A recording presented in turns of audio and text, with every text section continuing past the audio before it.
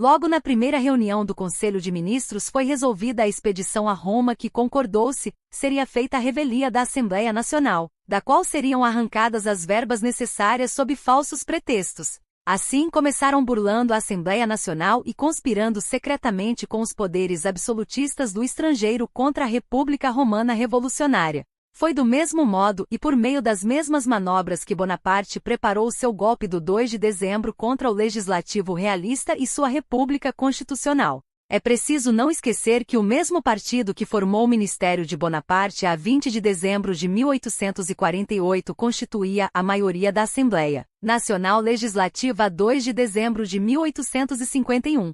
Em agosto, a Assembleia Constituinte decidirá só dissolver-se depois de ter elaborado e promulgado toda uma série de leis orgânicas que deveriam complementar a Constituição. A 6 de janeiro de 1849, o Partido da Ordem fez com que um deputado de nome Ratial apresentasse moção propondo que a Assembleia interrompesse a discussão das leis orgânicas e decidisse sobre sua própria dissolução. Não só o Ministério, chefiado por Odilon Barrot, mas todos os membros monarquistas da Assembleia Nacional, indicaram nesse momento, em termos imperiosos, que a dissolução era necessária para a restauração do crédito para a consolidação da ordem, para pôr fim aos indefinidos arranjos provisórios e estabelecer uma situação definitiva, que a Assembleia impedia a atuação do novo governo e procurava prolongar sua existência apenas com intuitos malévolos, que o país estava farto dela. Bonaparte tomou nota de todas essas invectivas contra o poder legislativo. A 2 de dezembro de 1851 demonstrou aos parlamentares que havia aproveitado a lição. Voltou contra eles seus próprios argumentos. O Ministério Barrot e o Partido da Ordem foram mais longe. Fizeram com que de toda a França fossem dirigidas petições à Assembleia Nacional, nas quais se requeria amavelmente que levantasse acampamento. Levaram, assim, as massas desorganizadas do povo à luta contra a Assembleia Nacional, expressão constitucionalmente organizada do povo. Ensinaram Bonaparte a apelar para o povo contra as assembleias parlamentares. Finalmente, a 29 de janeiro de 1849, chegou o dia no qual a Assembleia Constituinte deveria decidir sua própria dissolução. Encontrou o edifício em que se realizavam suas sessões ocupado pelos militares, Changarnier, o general do Partido da Ordem, em cujas mãos se concentrava o comando supremo da Guarda Nacional e das tropas de linha, realizou em Paris uma grande revista de tropas, como se uma batalha estivesse iminente, e os monarquistas coligados declararam ameaçadoramente à Assembleia Constituinte que seria empregada a forca caso ela se mostrasse pouco dócil.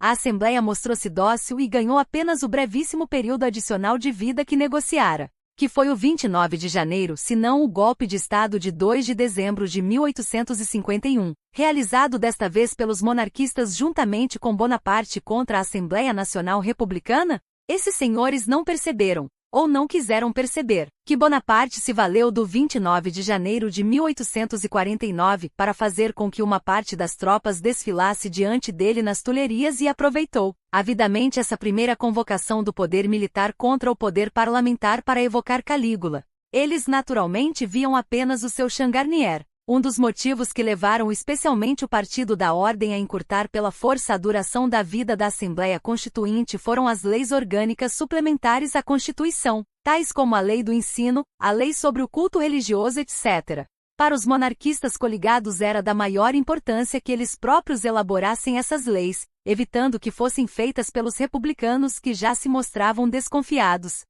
Entre essas leis orgânicas, entretanto, havia também uma lei regulamentando as responsabilidades do presidente da República. Em 1851, a Assembleia Legislativa ocupava-se precisamente da redação dessa lei quando Bonaparte impediu esse golpe com o golpe de 2 de dezembro, que não teriam dado os monarquistas coligados em sua campanha parlamentar de inverno de 1851 para terem à mão já pronta esta lei sobre a responsabilidade presidencial e elaborada, ademais, por uma Assembleia Republicana desconfiada e hostil. Depois que a Assembleia Constituinte havia ela própria desmantelado sua última arma a 29 de janeiro de 1849, o Ministério Barrot e os amigos da Ordem perseguiram-na até a morte. Não deixaram por fazer nada que pudesse humilhá-la e arrancaram de sua desesperada debilidade leis que custaram o derradeiro resquício de respeito aos olhos do público. Bonaparte, ocupado com sua ideia fixa napoleônica, foi suficientemente atrevido para explorar publicamente essa degradação do poder parlamentar.